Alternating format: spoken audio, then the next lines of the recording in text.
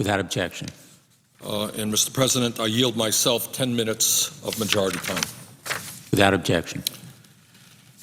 Mr. President, there are a number of huge issues facing our country. Our middle class is collapsing. Poverty is increasing. We are in 2 wars. We are concerned about global warming, quality of our education, and massive unemployment. So this country today has its share of serious problems that we have got to address. Right now, a whole lot of attention, not inappropriately, is on our very large deficit and a $14+ trillion national debt.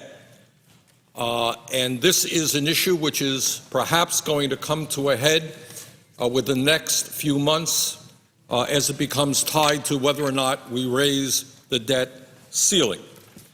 And I just want to say a few words on this issue. Number one, when we talk about deficit reduction, Mr. President, it is important for us to understand how we got to where we are today. How did it happen? How do we have a $1.5 trillion deficit this year and a $14+ trillion national debt? And let's remember that not so many years ago, at the end of President Clinton's tenure, this country had a significant budget surplus, and the expectation was that that surplus was going to grow in the years to come. But then a number of things happened during the Bush years. Number one, we became engaged in 2 wars. Number 2, we passed a Medicare Part D prescription drug program. Number 3, we bailed out Wall Street. And number 4, we gave huge tax breaks to the wealthiest people in this country. And then as a result of the Wall Street-caused recession, revenue dropped, and the result was that we now have a very, very high deficit and a very large national debt. But it is important to remember how we got to where we are today. It is also important when we talk about deficit reduction to take a look at American society today in order to determine what is a fair way to address deficit reduction. And when we look at American society today, the trends are very, very clear. The middle class is in many ways disappearing as a result of stagnant or in fact lowered wages for millions and millions of American workers. Median family income over the last 10 years has gone down by about $2,500. The middle class is hurting. Many millions of Americans, in fact, have left the middle class and entered the ranks of the poor. Poverty is increasing. But at the same time as the middle class is shrinking and poverty is increasing, there is another reality that we cannot ignore, although I'm afraid many of my colleagues choose to ignore it. And that is that the people on top are doing phenomenally well.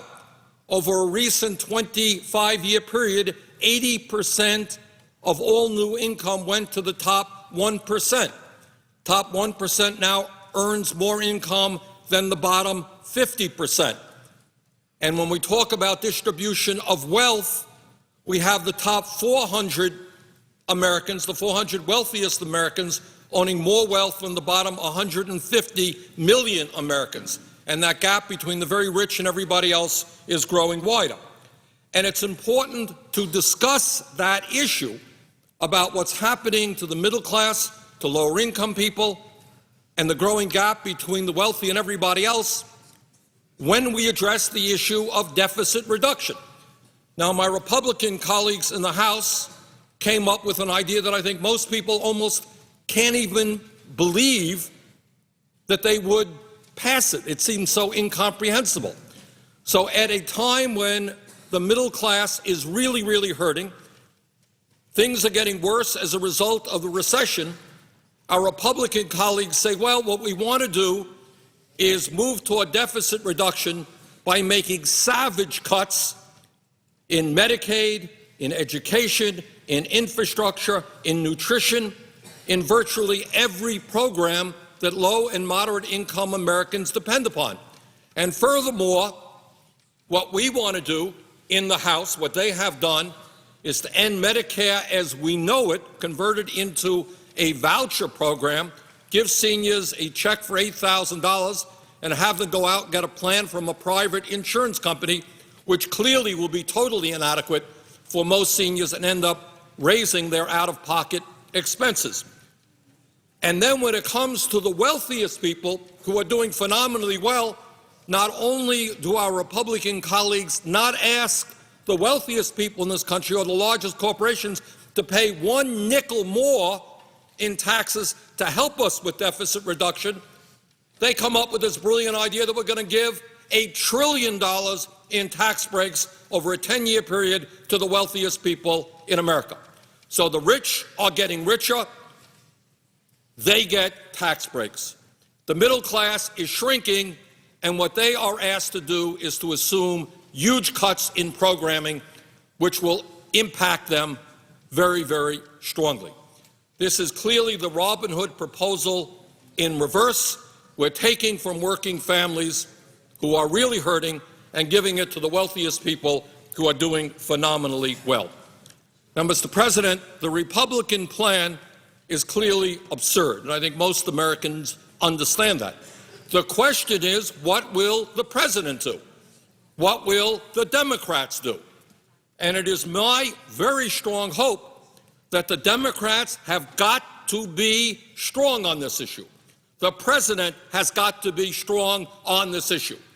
And that the President has got to go out to the American people and win the support that is there for a deficit reduction package of shared sacrifice.